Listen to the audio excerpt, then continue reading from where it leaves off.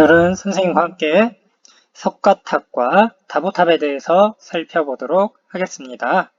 여기 보이는 두 개의 사진 중에 어떤 것이 석가탑일까요? 네, 맞아요. 왼쪽에 있는 것이 석가탑, 오른쪽에 있는 것이 다보탑. 여러분, 여기 있는 다보탑 어디서 많이 보지 않았나요? 어디서 많이 봤을까요? 그렇죠? 여러분들 10원짜리 이 동전, 이 10원짜리 동전에서 많이 봤습니다. 여러분이 보고 있는 이 10원짜리 동전에 있는 이 탑이 다보탑입니다. 어떻게 닮았나요? 네, 그렇죠. 닮아 보이죠? 그러면 선생님과 함께 석가탑과 다보탑에 대해서 조금 더 구체적으로 살펴보도록 할게요. 먼저 석가탑과 다보탑의 공통점으로는 둘 다 단단한 화강암으로 만들어져 있습니다. 그리고요, 둘 다 경상북도 경주에 있는 석굴암 안에 있는 탑입니다. 신라 경도광 때 만들어졌다고 추정되고 있습니다. 먼저 선생님과 함께 석가탑에 대해서 살펴보도록 하겠습니다. 석가탑의 전체 높이는 10.75m, 10m가 넘는 상당히 높은 탑이죠. 국보 제21호로 지정되어 있습니다. 석가탑은요, 불국사 3층 석탑이라고도 하고요. 또한 무영탑이라고도 합니다. 무영탑이라고 한 이유는요, 무영탑이라는 뜻은요, 그림자가 비치지 않는 탑이라는 뜻이에요.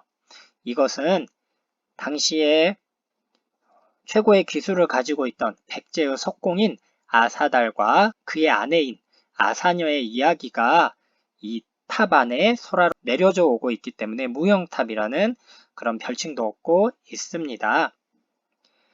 석가탑을 자세히 살펴보면요, 석가탑은 이름처럼 3층이라고 그랬어요. 탑에서 층수를 세는 하나의 규칙이 있는데요. 이 부분을 이제 기단이라고 하거든요. 근데 이 기단은 층수에 포함되지 않아요. 탑의 층수는요, 탑의 지붕으로 판단합니다. 탑의 지붕은 이 부분 있죠? 1층, 2층, 3층. 이건 아니에요. 여기 있는 것들은 다 층수로 세지 않습니다. 그래서 3층이라고 말하는 겁니다. 그리고 석가탑의 주변 바닥에는요, 여기 바닥에는 돌들이 있어요. 그 돌들은 뭐냐면요, 연꽃무늬로 조각된 돌들이 있는데요. 그거를 팔방금과좌라고 합니다. 팔방 8개 방향으로 금강좌 있는 부처님이 앉은 자리다, 그런 의미입니다. 이 팔방 8개 자리가 온누리, 온 세상을 의미하고요. 금강좌는 부처님이 앉은 자리라는 뜻으로 석가모니 부처님의 이야기를 듣기 위해서 온 세계 부처님들이 모인 것을 표시한다, 그런 뜻을 지니고 있습니다. 그래서 다음에 석가탑을 보게 되면 석가탑만 보지 말고 여기 이 석가탑 바닥에 있는 연꽃무늬 조각도 다음에 한번 봐보세요.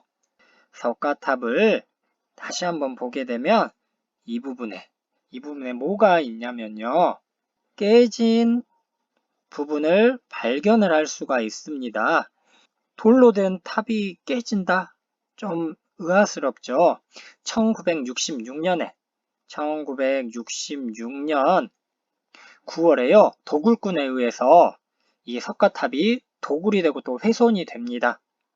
그래서 그해 10월 한 달 후에 이 석가탑을 수리하기 위해서 이 당시에 나무 지지대를 세워요. 왜냐하면 도굴꾼들에 의해서 석가탑이 이렇게 좀 기울어져 버렸거든요.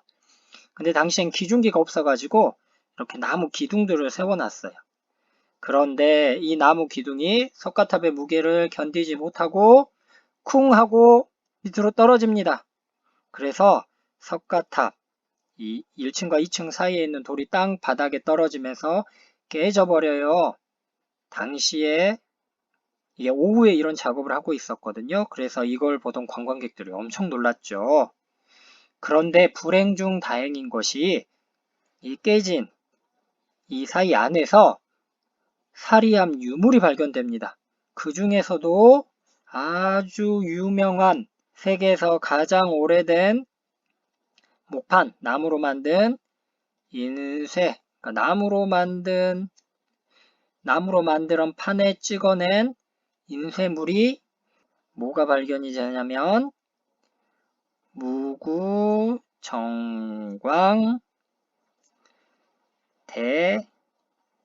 대다란이경이 발견이 됩니다. 이 무구정광 대다란이경은 현재 국보 126호로 지정되어 관리되고 있습니다. 이게 깨지지 않고 도굴꾼에 의해 훼손되지 않았다면 무구정광 대다란이경이 발견되지 않았겠죠? 불행 중 그나마 다행이라고 생각할 수 있겠습니다. 그 옆에 있는 다보탑 한번 살펴볼게요. 다보탑은요, 국보 20호로 지정이 되어 있고요. 높이는 10.29m, 석가탑보다 조금 더 작죠. 다보탑은 층수를 알 수 없어요. 왜냐면 당시에 이런 석탑의 표준이 아니고 전통적인 그런 탑의 모양이 아니에요. 그래서 몇 층이라고 하기가 어렵습니다. 다보탑에 보면요. 여기 보면 조각상이 하나 있는데요. 이거 사자 모양의 사자상이에요. 근데 사자상이 하나만 있었던 게 아니라 사실은 사방을 둘러서 4개가 있었어요. 근데 하나밖에 없는 이유는 우리나라의 아픈 역사와 함께하고 있거든요. 4개 중에 2개는 임진왜란 때 일본에 의해서 약탈됐다고 추정되고 있습니다. 2개 사라졌죠. 그리고 2개 중에 또 1개는요. 일제시대 때 일본 사람에 의해서 또 약탈이 됩니다. 그래서 마지막 1개가 남은 거예요. 이 1개도 상태가 완전히 양호한 편은 아니에요. 왜냐하면 이때 이 일본 사람이 둘 중에서 그나마 상태가 양호한 1개를 가져가 버렸기 때문이에요. 그래도 다행인 것이 하나 남아있죠. 이것도 없었다면 아마 우리가 사자상의 정확한 모습을 알기가 어려웠을 것입니다. 지금까지 선생님이랑 탑에 대해서 살펴보고 있는데요. 여러분 여기 탑 있죠? 탑. 이 탑의 인도어로는요. 탑은요. 스투파라는 이름을 가지고 있어요. 인도어로 스투파인데요. 이 탑이라는 뜻의 스투파는 부처님의 유고를 모시는 곳이라는 뜻입니다. 부처님의 유고를 모시는 곳, 즉 무덤이라는 의미죠. 그렇기 때문에 이 무덤 안에서 부처님의 유골인 사리가 나오는 거예요. 당시에 중국에서는요, 벽돌탑이 기본 탑이고요.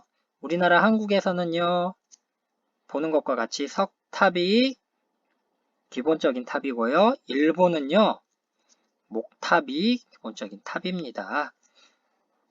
비슷한 곳에 위치한 나라들이지만 서로 탑의 양식은 아주 다르죠.